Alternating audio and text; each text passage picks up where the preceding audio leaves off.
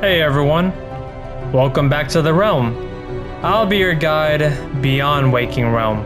Today, we're diving into the meaning behind fear. In the first Kingdom Hearts, Riku wasn't the villain. He was afraid. And honestly, that's what makes his story one of the most human tragedies in the entire franchise. Because while Sora's journey was about innocence, Riku's was about fear. Fear of being left behind. Fear of becoming weak.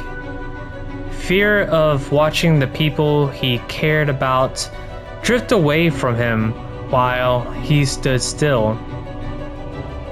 And that fear slowly becomes darkness. When we first meet Riku on Destiny Islands, he's confident, calm, mature. Compared to Sora, he feels like the older brother figure of the trio, the one who always seems ahead, stronger, more capable. But beneath that confidence, there's insecurity already growing underneath the surface. Because Riku always wanted more than the islands. He wanted freedom, adventure, strength, purpose. He wanted to see what was beyond the horizon. And unlike Sora, Riku wasn't satisfied simply staying still. That desire itself wasn't wrong. But Kingdom Hearts constantly shows us that ambition without emotional balance can become dangerous. And slowly, Riku begins to realize something terrifying. Sora is catching up to him. The person he once protected is beginning to surpass him. At first, it's subtle. Sora earns the Keyblade. Sora builds friendships naturally.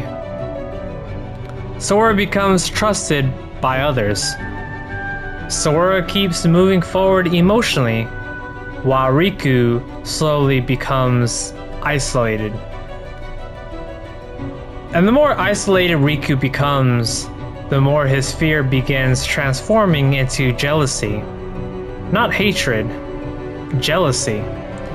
Because deep down, Riku still cared about Sora. That's what makes this tragedy hurt. If Riku truly hated him, this story would be simple. But he doesn't. He's conflicted. He loves his friends, while simultaneously fearing becoming irrelevant to them. And I think that's something painfully human. A lot of people know what it feels like to compare themselves to someone close to them, to feel replaced, outgrown, forgotten. Especially when someone else begins seceding emotionally, while you internally feel lost. And that's where darkness first begins taking hold of Riku. Not through evil, through vulnerability. Because darkness in Kingdom Hearts has always been more psychological than physical. Darkness feeds on fear, insecurity, loneliness, pain. And Riku becomes the perfect target for it, especially after Destiny Island falls. Everything he once knew disappears. The world he called home is gone. Kairi is missing. Sora has a Keyblade. And suddenly, Riku has nothing to ground himself anymore.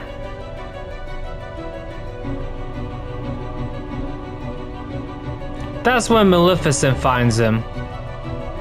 And what makes Maleficent's manipulation so effective is that she doesn't force darkness onto Riku. She validates his fear. She tells him exactly what he wants to hear, that he deserves power, that Sora is holding him back, that strength matters, that weakness is failure. And when someone is emotionally vulnerable enough, validation can become more dangerous than manipulation, especially when it tells you what you desperately want to believe. So Riku begins chasing strength, but the tragedy is that the more power he gains, the emptier he becomes, and Hollow Bastion is where that emotional collapse finally reaches its peak. Because Hollow Bastion isn't just a location in Kingdom Hearts, it's Riku's state of mind. Cold, lonely, beautiful, but decaying. Everything about this place reflects who he becomes eternally. And then we reach one of the most important moments in the entire game, the Keyblade rejection scene. For a moment, Riku finally gets what he wanted. The Keyblade returns to him. Sora stands powerless, and Riku finally proves he's stronger. Or at least, he thinks he does. But what makes this scene so tragic is that Riku still isn't happy, because strength was never the real thing he wanted. He wanted reassurance. He wanted to matter, and those are not the same thing. The fear of being left behind. I honestly think Riku's greatest fear in Kingdom Hearts wasn't darkness. It was irrelevance. Because imagine watching your best friend slowly become everything you thought you were supposed to be. Sora becomes brave naturally. People trust him naturally. Connections come naturally to him. Meanwhile, Riku struggles internally the entire time. And sometimes people who appear the strongest externally are actually fighting the worst battles internally. That's Riku. He constantly feels like he has to prove his worth.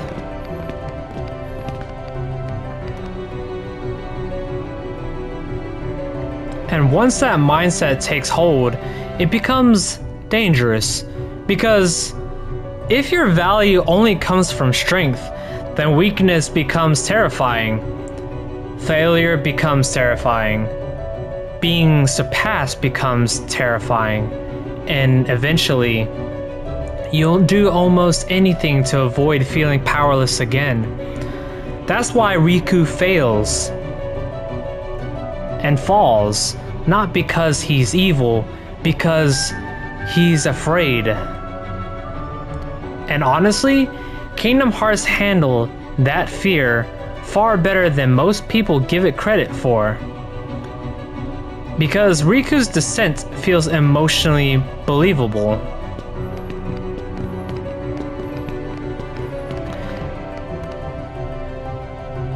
Especially for younger audiences growing into adulthood. And a lot of people lose themselves trying to become enough. Enough for others. Enough for success. Enough for validation.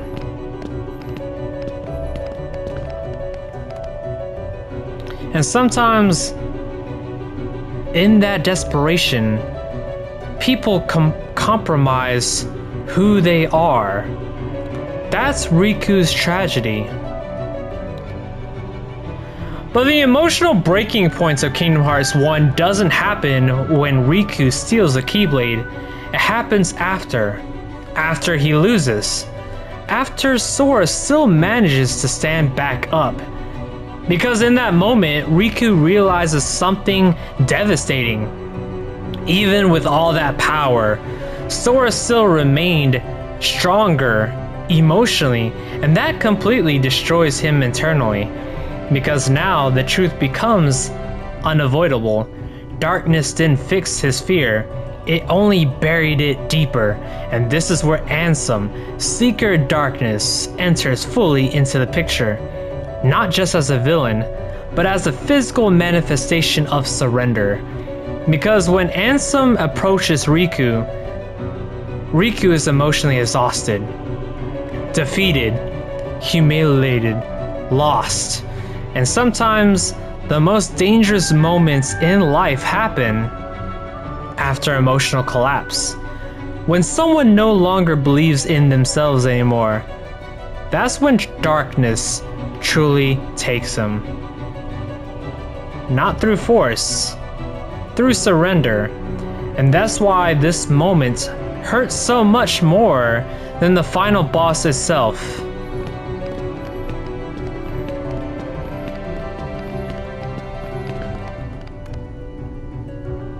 Because by the time we reach the keyhole confrontation, Riku is almost gone already. The real tragedy happened here. The moment he stopped believing he could stand on his own. Why darkness felt like strength. What makes Riku such an incredible character is that darkness actually did make him stronger. Temporarily. That's the frightening part. It gives him confidence, power, control, at least on the surface, and that mirrors reality more than people realize. Sometimes unhealthy things do make people feel stronger at first. Anger can feel empowering. Isolation can feel protective. Ego can feel stabilizing. But eventually, those things consume you from the inside out. That's what Kingdom Hearts understood so well with Riku.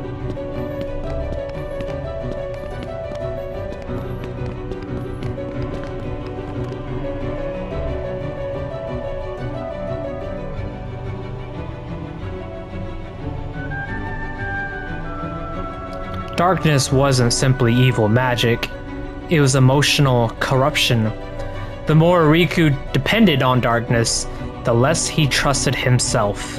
And eventually, he gives away the very thing he was trying to protect, his identity. That's why Kingdom Hearts 1 Riku remains one of the strongest fall arcs in the series. Because unlike many villains, his descent feels understandable, painfully understandable. Riku wanted to be seen. I also think that there's another layer to Riku that makes the story hurt even more. Riku didn't just want strength, he wanted to be seen, because throughout Kingdom Hearts 1, there's this quiet emotional shift happening underneath the surface. Sora keeps becoming the center of everything. People trust him naturally. Worlds open to him naturally. The Keyblade chooses him. Friendships come easily to him. Meanwhile, Riku slowly begins feeling pushed further and further away emotionally. And I think one of the saddest parts about Kingdom Hearts 1 Riku is that he never truly knows how to communicate what he's feeling. So instead, he masks it with confidence, competition, sarcasm, pride. But beneath all of that is someone silently asking, why not me? Why wasn't I chosen? Why am I falling behind? Why does everyone believe in Sora so easily? And honestly, I think the Keyblade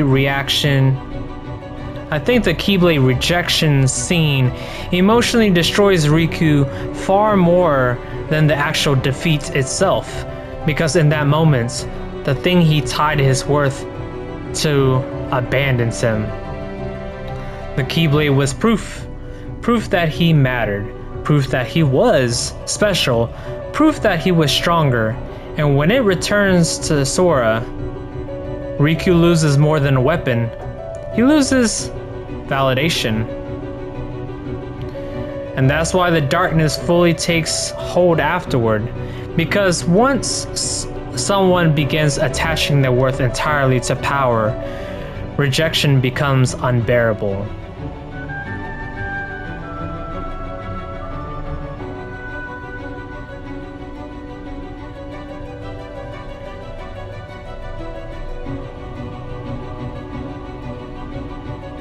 Especially for someone already struggling internally. That's why Riku's anger feels so emotional in Hollow Bastion, not because he simply hates Sora, but because Sora unintentionally became everything Riku feared he could never be. And I think that emotional conflict is what makes Riku one of the most believable characters in the franchise, because a lot of people know what it feels like to silently compare themselves to someone they care about, to feel overshadowed, replaceable, unseen, especially when you're trying so hard to become enough. And the heartbreaking part is, Sora never wanted Riku to feel that way, but insecurity has a way of distorting even genuine love and friendship. And by the time Riku realizes that, he's already too deep in the darkness to stop falling. But what makes Riku's story truly powerful, it's not the fact that he fell. It's that later in the series, he chooses to face himself. Not hide from darkness, not erase it, not pretend it never existed, but confront it. And I think that's why so many people resonate with Riku more as they grow older. Because Sora represents innocence, but Riku represents struggle, the part of ourselves that feels insecure, jealous, afraid, lost. The part that fears not being enough. And Kingdom Hearts shows us something important. Through him, falling into darkness does not make someone beyond saving, as long as they're willing to face who they became. And honestly, that's what makes Riku one of the most human characters in Kingdom Hearts, not because he was perfect, but because he fell, and eventually found the strength to rise again.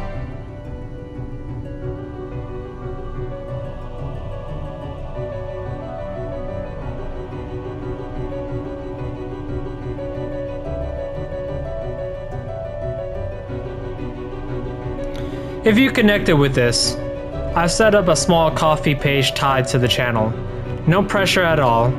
It's just there for anyone who wants to support what I'm building here. More stories await beyond Waking Realm.